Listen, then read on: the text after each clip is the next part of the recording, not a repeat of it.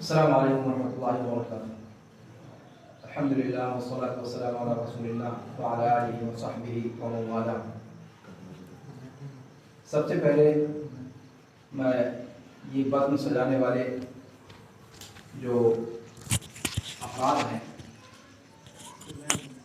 اور جن کے ذہن و دماغ میں یہ خیال آیا کہ یہ پروگرام رکھا جائے، حقیقت میں ان کا عمیق قلب سے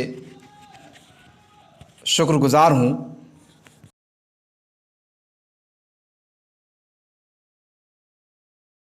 آج کے اس بزم میں چونکہ وضو اور نماز کے تعلق سے بات کی جا رہی ہے، تو میں بھی اسی آیت کو تلاوت کر کے اپنی گفتگو شروع کرنا چاہتا ہوں جن آیات کی تلاوت ابھی برادرم اسماعیل نے کی ہے۔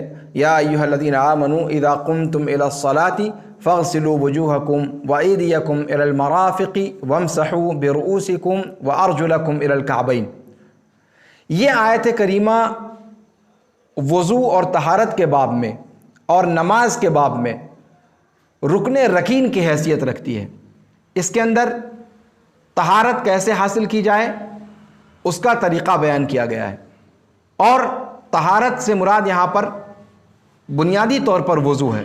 وضو کیسے کیا جائے، اس آیت کریمہ کے اندر اللہ رب العالمین فرماتا ہے کہ جب تم نماز کے لیے کھڑے ہو، الفاظ ہیں اذا قمتم الی الصلاۃ، لیکن ظاہر سی بات ہے آدمی جب نماز کے لیے کھڑا ہوگا تب تو وضو نہیں کرے گا، اسی لیے مفسرین نے اس کا ترجمہ کیا کیا ہے، یا ایھا الذین آمنوا اذا قمتم الی الصلاۃ ای اذا اردتم القیام الی الصلاۃ، جب تم نماز کے لیے کھڑے ہونے کا قصد کرو، ارادہ کرو، نیت کرو، تب کیا کرو، فاغسلوا وجوہکم وایدیکم الی المرافق۔ اور آیت کریمہ کے اندر جتنی چیزیں ذکر کی گئی ہیں ان کو وضو کا رکن قرار دیا گیا۔ وضو کے اندر ان چیزوں کو اگر نہ دھلا جائے تو وضو ہو ہی نہیں سکتا، تو ساری چیزیں اس کے اندر بیان کر دی گئی ہیں، لیکن ہم اسٹیپ بائی اسٹیپ انشاءاللہ یہ جو پروجیکٹر پر آپ دیکھ رہے ہیں کتاب، اس کے اندر اختصار کے ساتھ اس پورے پروسیس کو مختصر انداز میں بیان کرنے کی کوشش کی گئی ہے، اور شیخ ابن باز اور شیخ ابن عثیمین رحمہم اللہ اور دیگر اہل علم کی تحریروں کی روشنی میں اس کو مختصر طریقے سے احادیث کی روشنی میں اور قرآن کریم کے اندر جو واجبات ذکر کیے گئے ہیں یا ارکان ذکر کیے گئے ہیں ان تمام کو ملحوظ رکھتے ہوئے اس کو ذکر کیا گیا ہے۔ اس لیے بغیر کسی تاخیر کے اپنی طرف سے کوئی بات کہنے کے بجائے میں اسی آپ کے سامنے اسکرین پر جو چیزیں ظاہر ہو رہی ہیں اسی کو لے کر کے آگے بڑھتا ہوں تاکہ گفتگو قدم بقدم آگے بڑھتی رہے۔ سب سے پہلے خطبہ انہوں نے پیش کیا ہے، اللہ رب العالمین کی تعریف کی ہے جو یکتا اور تنہا ہے، اور صلاۃ و سلام اللہ کے رسول صلی اللہ علیہ وسلم پر بھیجا ہے، اور اس کے بعد کہتے ہیں کہ یہ مختصر کلمات ہیں جو اللہ کے رسول صلی اللہ علیہ وسلم کی نماز کی کیفیت کو بیان کرتے ہیں، اور میرا ارادہ یہ ہے، جنہوں نے جمع کیا ہے کہتے ہیں کہ میرا ارادہ اس کو پیش کرنے سے یہ ہے کہ ہر مسلمان شخص چاہے وہ مرد ہو چاہے وہ عورت ہو اپنی اس عبادت کی انجام دہی میں اچھے سے اچھے طریقے سے کرنے کی کوشش کرے، اور اللہ کے رسول صلی اللہ علیہ وسلم نے جو فرمایا ہے کہ نماز کے بارے میں خاص طور پر کہا ہے، حج کے بارے میں کہا ہے اور نماز کے بارے میں کہا ہے، دونوں کے بارے میں الفاظ آئے ہیں۔ نماز کے بارے میں فرمایا صلو کما رأیتمونی اصلی، نماز ٹھیک ویسے ادا کرو جیسے مجھے ادا کرتے ہوئے تم لوگ دیکھ رہے ہو، بخاری شریف کی روایت ہے۔ تو اس میں بنیادی چیز یہ ہے کہ وضو کیسے کیا جائے اور نماز کیسے پڑھی جائے۔ آج ہمارا ٹاپک بس اتنا ہی ہے، اگر ہمارا وضو صحیح ہو گیا اور ہماری نماز صحیح ہو گئی تو آج کی اس مجلس کا فائدہ حاصل ہو جائے گا انشاءاللہ العزیز۔ اور میں اس کے بھی بھرپور اس کی مبارکباد دیتا ہوں کہ اس موضوع کے لیے ان لوگوں نے مسجد کا انتخاب کیا، اس سے زیادہ مناسب جگہ اس طرح کی چیز کو سمجھنے کے لیے یا اس طرح کے موضوع کو چھیڑنے کے لیے نہیں تھی۔ سب سے پہلی بات وضو سے ذکر کیا ہے، وضو سے آغاز کیا ہے۔ کہتے ہیں کہ وضو ٹھیک اس طریقے سے کیا جائے جس طریقے سے اللہ رب العالمین نے حکم دیا ہے اللہ رب العالمین فرماتا ہے یا ایھا الذین آمنوا اذا قمتم الی الصلاۃ فاغسلوا، کہ اے لوگوں، عربی عبارت آپ کے سامنے ہے، میں ترجمہ کیے دیتا ہوں کہ اے وہ لوگوں جو ایمان لائے، جب تم نماز کے لیے کھڑے ہونے کا ارادہ کرو، جب نماز قائم کرنے کا ارادہ کرو، نماز پڑھنے کا ارادہ کرو، تو اپنے چہروں کو دھل لو اور اپنے ہاتھوں کو کوہنیوں سمیت دھل لو، وامسحوا برؤوسکم وارجلکم من الکعبین، اور اپنے سروں کو اور اپنے پیروں کو ٹخنوں تک دھل لو۔ اور اللہ کے رسول صلی اللہ علیہ وسلم نے فرمایا کہ اللہ رب العالمین کوئی بھی نماز، چاہے وہ فرض ہو، چاہے وہ سنت ہو، چاہے وہ نفل ہو، چاہے وہ تہجد ہو، کوئی بھی نماز طہارت کے بغیر قبول نہیں فرماتا ہے۔ اور وضو کیسے کیا جائے اس کے بارے میں کہتے ہیں کہ سب سے پہلی بات آپ وضو کی نیت کریں۔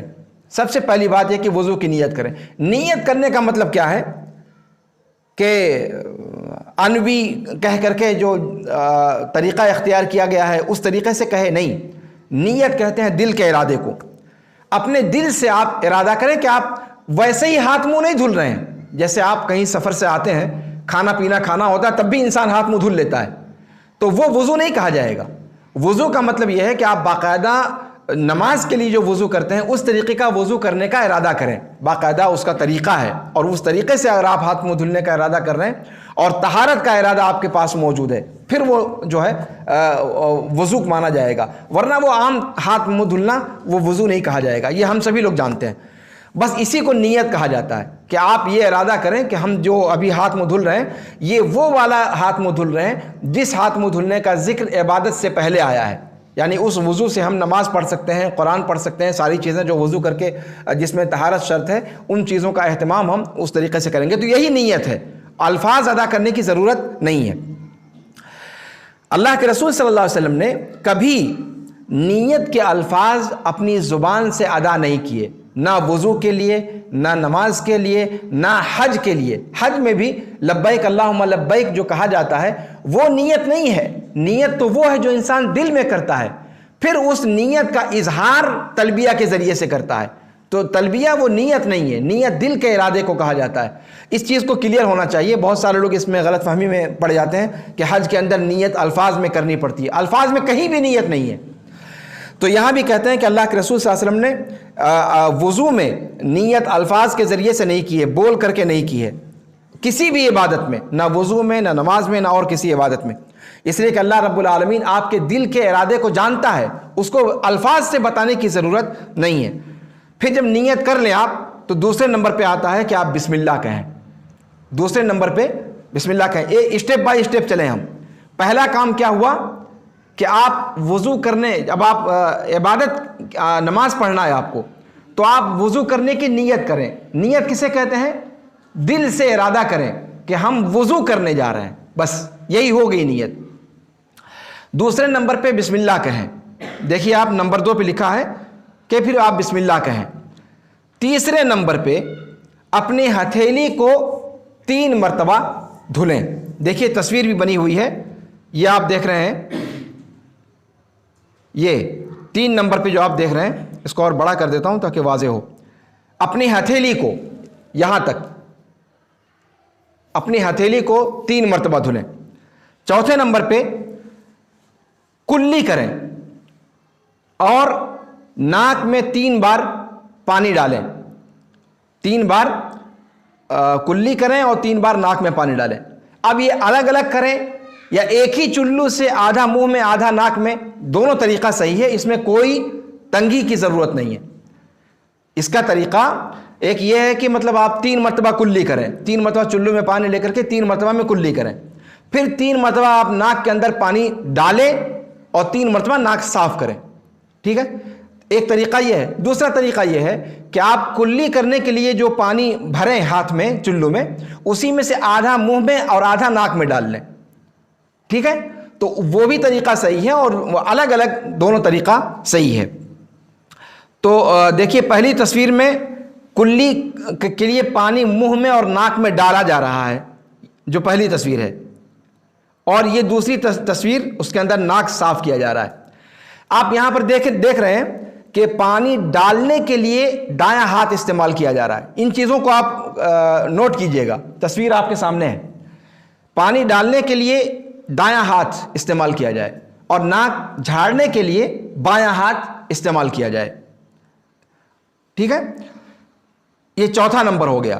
5ویں نمبر پہ پھر اپنے چہرے کو 3 مرتبہ دھلیں. فوٹو آپ کے سامنے تصویر دکھائی دے رہی ہوگی. اپنے چہرے کو 3 مرتبہ دھلیں. چہرہ کہاں سے کہاں تک دھلا جائے؟ اپنے چوڑائی میں, اپنے کان سے لے کر کے دوسرے کان تک چوڑائی میں, اور سر کے بال جہاں تک ہیں وہاں سے لے کر جہاں سے سر کے بال اگنا شروع ہوتے ہیں وہاں سے لے کر کے اور داڑھی کے نیچے تک لمبائی میں. ٹھیک ہے, اگر آپ کی داڑھی ہے تو داڑھی کو دھلنا ضروری نہیں, داڑھی کے اندر خلال کرنا ہے, مسح کرنا, اس کے اندر انگلی ڈال کر کے خلال کرنا. تو یہ یہاں تک یہ چہرے کا حدود اربع ہے. چہرے کا جغرافیہ کہاں سے کہاں تک ہے؟ چوڑائی میں کان سے کان تک, اور لمبائی میں جہاں سے بال سر کے اگ رہے ہیں وہاں سے لے کر کے داڑھی کے نیچے تک یہ پورا حصہ دھلا جائے گا. اب داڑھی ہے اگر, تو ظاہر سی بات ہے پورا کا پورا اوپر دھلنے سے پانی اندر نہیں پہنچے گا, اسی لیے اپنی انگلیوں سے بال کے اندر پانی لے کر کے آپ خلال کریں تاکہ وہ پانی اندر تک پہنچ جائے. 6 نمبر پہ اپنے دونوں ہاتھ کو 3 مرتبہ دھلیں, انگلیوں کے پور سے لے کر کے اور یہاں تک, جہاں تک ہم لوگ عام طور سے دھلتے ہیں یہاں تک دھلا جائے. پہلے دایاں دھلیں گے اور اس کے بعد 3 مرتبہ بایاں دھلیں گے. جس طریقے سے آپ یہاں دیکھ رہے ہیں یہ پانی لیا جا رہا ہے پہلی تصویر میں, دوسری تصویر میں دائیں ہاتھ کو یہاں تک دھلا جا رہا ہے 3 مرتبہ, اور اسی طریقے سے بائیں ہاتھ کو پانی لے کر کے 3 مرتبہ دھلا جائے گا. 7واں نمبر ہے اپنے سر کا مسح کرنا 1 مرتبہ. یہ ضروری ہے اس لیے کہ اس کے سلسلے میں جو قاعدہ کلیہ ہے وہ یہ کہ اللہ رب العالمین نے قرآن کریم کے اندر وضو کی آیت میں جن چیزوں کو ذکر کیا ہے وہ ضروری چیزیں ہیں. اگر اس میں سے ایک چیز بھی رہ گئی تو پھر وہ آپ کا وضو نہیں ہوگا. ٹھیک ہے, تو اس چیز کو ذہن میں رکھیں کہ 1 مرتبہ کم سے کم سر کا مسح کریں. اپنے ہاتھوں مسح کیسے کریں؟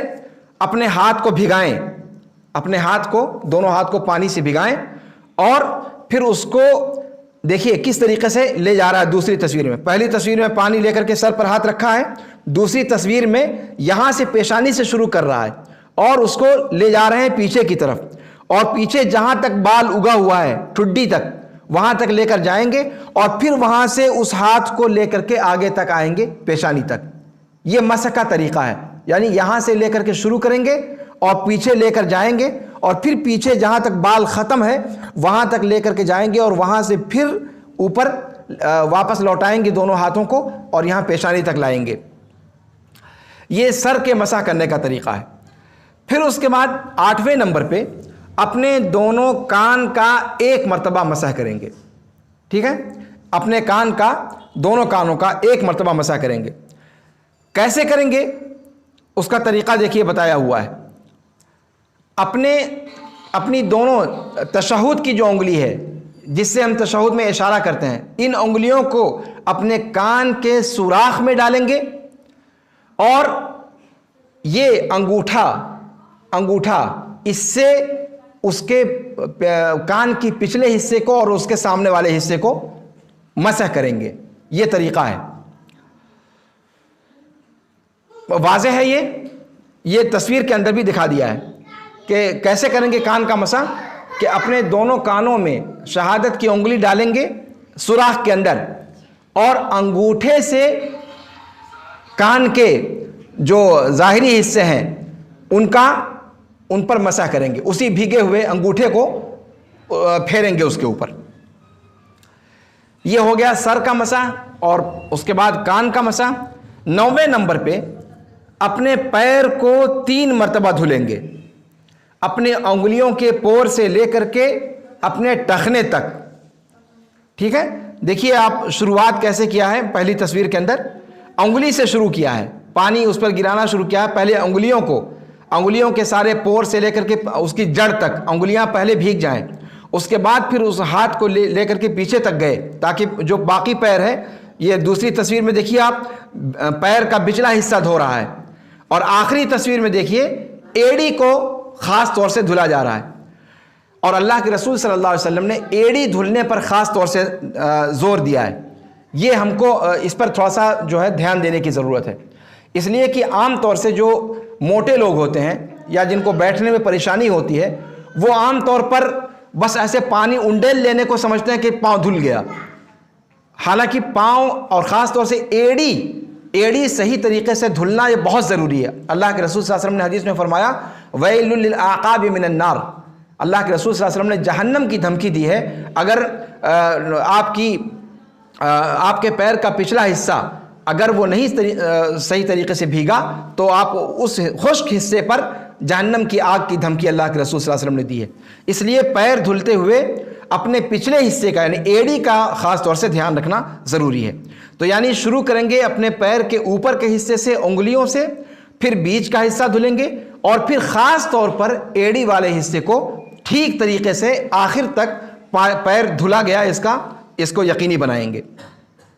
اللہ کے رسول صلی اللہ علیہ وسلم کا ارشاد گرامی ہے کہ تم میں سے کوئی وضو نہیں کرتا ہے اور اچھی طریقے سے وضو نہیں کرتا ہے، اور پھر کہتا ہے اشہد ان لا الہ الا انت، جو دعا وضو کے بعد اللہ کے رسول صلی اللہ علیہ وسلم نے فرمائی ہے، مگر اس کے لیے جنت کے 8 دروازے کھول دیے جاتے ہیں، جس دروازے سے وہ چاہے داخل ہو جائے۔ امام مسلم نے اس کو روایت کیا۔ تو یہاں پر جو اللہ کے رسول صلی اللہ علیہ وسلم نے فرمایا ہے کہ اسباغ وضو کیا کس کو کہا جاتا ہے کہ اچھی طریقے سے وضو کرے، یعنی کوئی حصہ اسباغ وضو کا، ایک چیز میں یہاں واضح کر دوں کہ اچھی طریقے سے وضو کرنے کا مطلب یہ نہیں ہے کہ اگر دو چار چلو میں آپ کا ہو جا رہا ہے کام تو آپ 1 لوٹا پانی اس کے اوپر گرائیں، اس لیے کہ وہ فضول خرچی میں آ جائے گا۔ کسی بھی عضو کو، جتنے بھی اعضاء ہیں، چاہے چہرہ ہو چاہے ہاتھ ہو، 3 مرتبہ دھلنے کا ذکر آیا ہے، لیکن 3 مرتبہ تب دھلیں گے آپ جب آپ کے پاس پانی کی فراوانی ہو۔ اگر پانی کی فراوانی نہیں ہے تو صرف 1 مرتبہ دھلنا آپ کا کافی ہے۔ اس چیز کو ذہن میں رکھیں، اللہ کے رسول صلی اللہ علیہ وسلم کے زمانے میں وضو کتنے پانی سے اللہ کے رسول صلی اللہ علیہ وسلم فرمایا کرتے تھے اور غسل کتنے پانی سے فرمایا کرتے تھے، آپ اگر دیکھیں گے اس کی مقدار کو تو آپ کو یقین نہیں آئے گا کہ اتنے پانی میں ہم وضو نہیں کر سکتے، اللہ کے رسول صلی اللہ علیہ وسلم اتنے پانی میں غسل کر لیا کرتے تھے۔ تو پانی کا بے دریغ استعمال یہ نہیں مقصود ہے اسباغ وضو سے۔ اسباغ وضو، اچھی طرح وضو کرنے کا مطلب یہ ہے کہ آپ بھگائیں ان جگہوں کو صحیح طریقے سے۔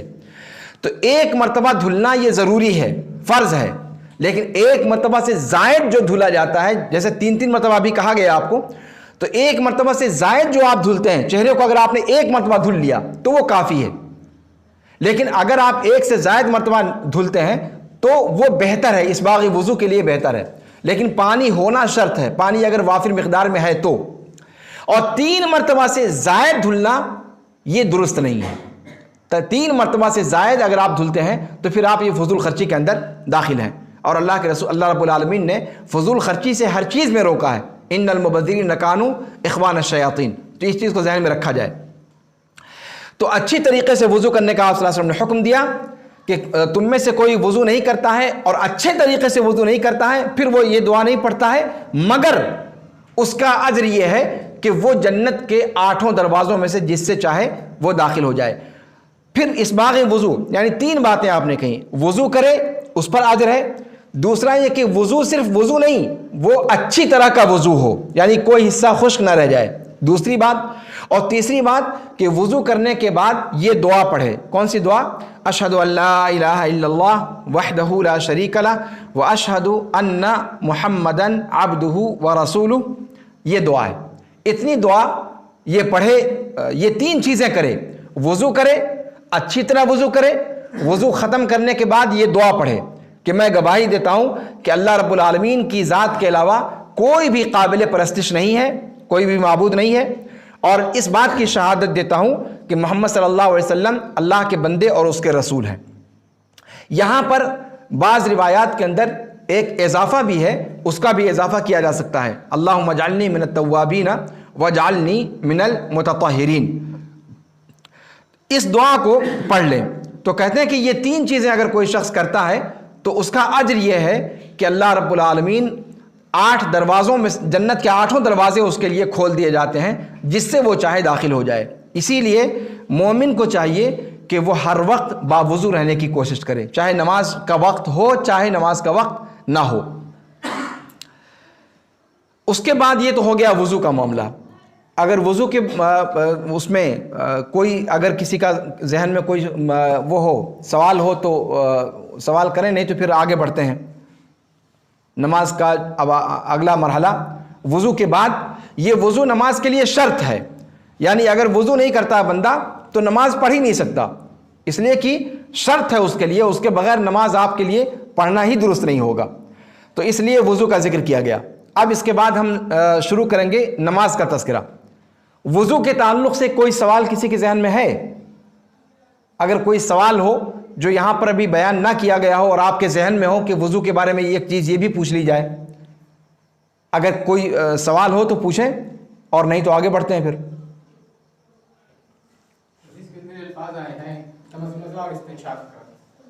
تو استنشاق کیا ہے، اور کیا ہم کچھ لوگ ایسے ہیں جو مطلب ناک میں صرف پانی، چاہے پانی ناک کے اندر اوپر تک جائے یا نہ جائے، تو کیا یہ استنشاق میں داخل ہے یا نہیں؟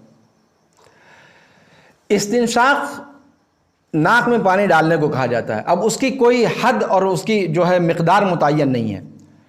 البتہ اگر حالت صوم میں ہیں تو احتیاط کرنے کا حکم دیا گیا ہے کہ اتنی زور سے نہ پانی ڈالا جائے کہ وہ حلق کے اندر چلا جائے، تو وہاں پر ایک احتیاط کرنے کو کہا گیا ہے، ورنہ استنشاق ناک میں پانی ڈال کر کے ناک جھاڑنے کا جس طریقے سے عام طریقہ ہوتا ہے اس طریقے سے اس میں کوئی مطلب سختی نہیں برتی گئی کہ ناک کے فلاں حصے تک پہنچے، ایسی کوئی بات حقیقت میں نہیں ہے، ٹھیک ہے۔ استنشاق پانی ڈالنے کو کہتے ہیں اور استنثار ناک جھاڑنے کو کہا جاتا ہے۔ اس کے اندر مبالغہ حالت صوم میں نہیں کرے گا۔ مبالغہ کا مطلب یہ کہ بہت اندر تک پہنچانے کی کوشش، اگر روزہ ہے تو بہت اندر تک لے جانے کی کوشش نہیں کرے گا، لیکن اگر روزہ نہیں ہے تو جتنے اندر تک لے جا سکتے ہیں، صفائی اچھی چیز ہے۔ آپ جانتے ہیں کہ اللہ کے رسول صلی اللہ علیہ وسلم کے صحابہ میں سے ایک صحابی تھے حضرت ابو ہریرہ رضی اللہ تعالیٰ عنہ۔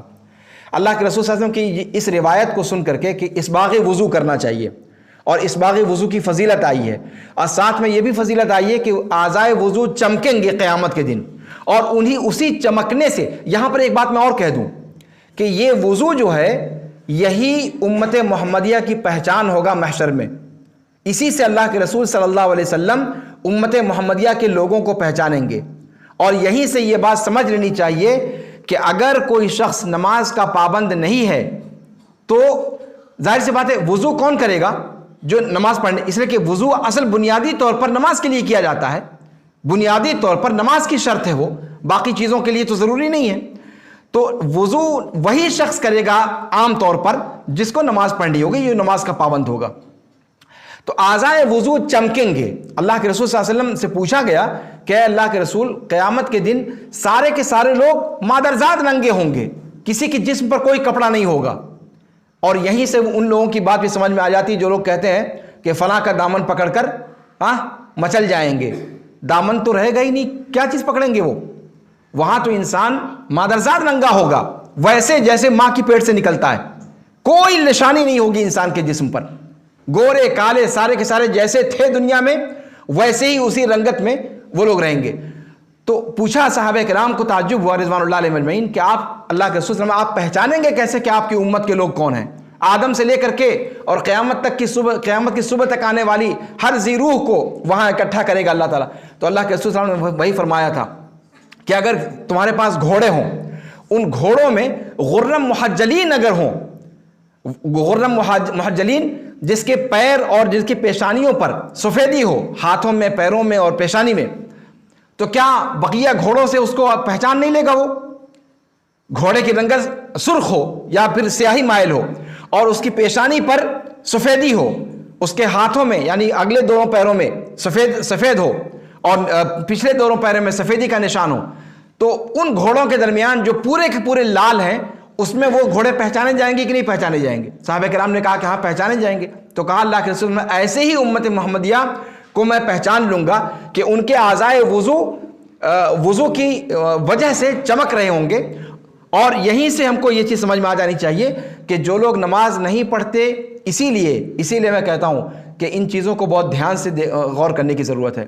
ہمارے سماج کے اندر مسلمانوں کے ہاں نماز پڑھنے کا رواج نہیں ہے، اور لوگ سمجھتے ہیں کہ شہادتین کہہ لیا وہ ان کے لیے کافی ہے. اللہ کے رسول صلی اللہ علیہ وسلم پہچانیں گے ہی نہیں ان کو کہ وہ امت محمدیہ میں سے ہیں، اس لیے کہ جو سب سے بڑی پہچان ہے وہ 5 وقتہ نماز کی ادائیگی ہے، وضو ہے. بہرحال یہاں ایک کہنا یہ تھا کہ ابو ہریرہ رضی اللہ تعالیٰ عنہ کو جب یہ پتہ چلا کہ اعضائے وضو چمکیں گے اور اللہ کے رسول صلی اللہ علیہ وسلم نے اچھی طرح وضو کرنے کا حکم دیا ہے، تو انہوں نے کہا تو اچھی طرح کرنا تو ٹھیک سے ہی کیوں نہ کر لیں. انہوں نے یہاں تک دھلنا شروع کر دیا، کہا کہ لو قاعدے سے دھل لیتے ہیں پورے کا پورا ہاتھ. اللہ کے رسول صلی اللہ علیہ وسلم نے کہا کہ نہیں، مبالغہ آرائی اس میں نہیں ہونی چاہیے. اللہ کے رسول صلی اللہ علیہ وسلم نے جتنا شریعت میں جتنا کہا گیا ہے اس سے اوپر کرنا، یہ چاہے اطاعت اور نیک نیتی سے کیا جائے، وہ چیز درست نہیں ہے. تو اس چیز کو پھر اللہ کے رسول صلی اللہ علیہ وسلم نے منع فرما دیا. تو یہ چیز ہے. تو استنشاق کا معاملہ بھی یہی ہے کہ نارمل طریقے سے جس طرح پانی چڑھانے کا جو ذکر آیا ہے اس طریقے سے کریں. البتہ اگر کوئی اچھی طریقے سے زیادہ چڑھانا چاہتا ہے تو چڑھا سکتا ہے، لیکن اگر روزے کی حالت میں ہے تو اس کے اندر بہت زیادہ مبالغہ نہ کرے کہ اندر پانی حلق میں چلا جائے. ٹھیک ہے، اور کوئی سوال ہے؟ کوئی چھوٹ ہے اور بندہ پورا مکمل وضو کر لے، اس کے بعد یاد آئے تو کیا کرے؟ آپ لوگوں کو میں نے موطا پڑھایا ہے، موطا کے اندر اس کا پورا تفصیل کے ساتھ عوام الناس کے لیے. چلیے بہتر ہے.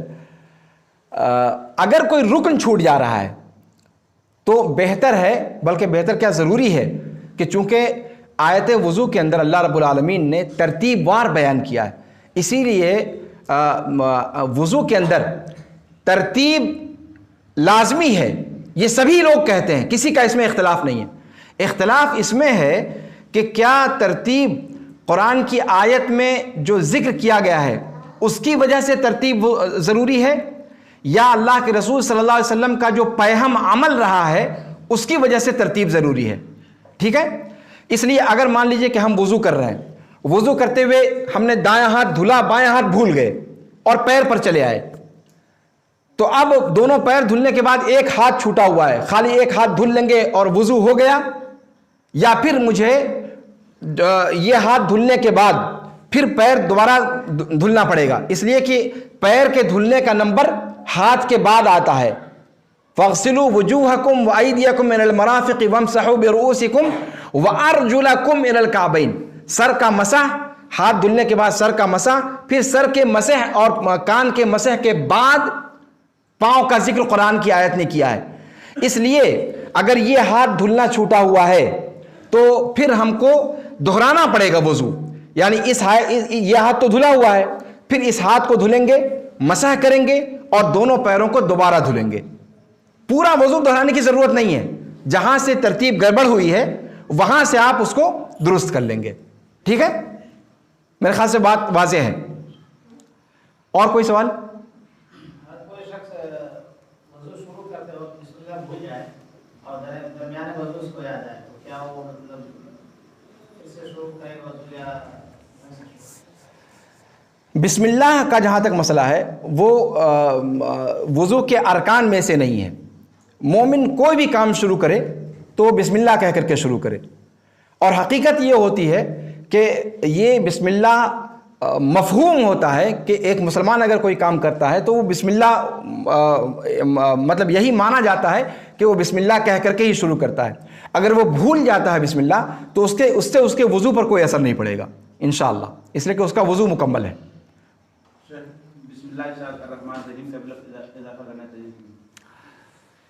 بسم اللہ کے ساتھ الرحمن الرحیم کا اضافہ کرنا ضروری نہیں ہے. سب سے بڑی بات یہ ہے کہ حدیث کے جو الفاظ آئے ہیں اس میں جیسے کھانے کے وقت آیا ہے سم اللہ وکل بیمینک، اللہ کے رسول صلی اللہ علیہ وسلم نے کہا اللہ کا نام لو اور اپنے دائیں ہاتھ سے کھاؤ. اللہ کا نام لو تو بسم اللہ کے اندر وہ چیز آ جاتی ہے. الرحمن اور الرحیم کہنا ضروری نہیں ہے. ٹھیک ہے مشاہد؟ اور کوئی؟ قرآن کے مسئلہ کے لیے جی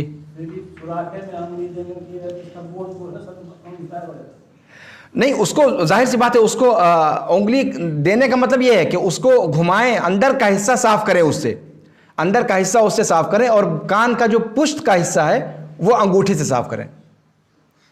یہ شہادت کی انگلی کان کے سوراخ میں اور کان کے اندرونی حصے کو اور کان کے بیرونی حصے کو انگوٹھے کے ذریعے سے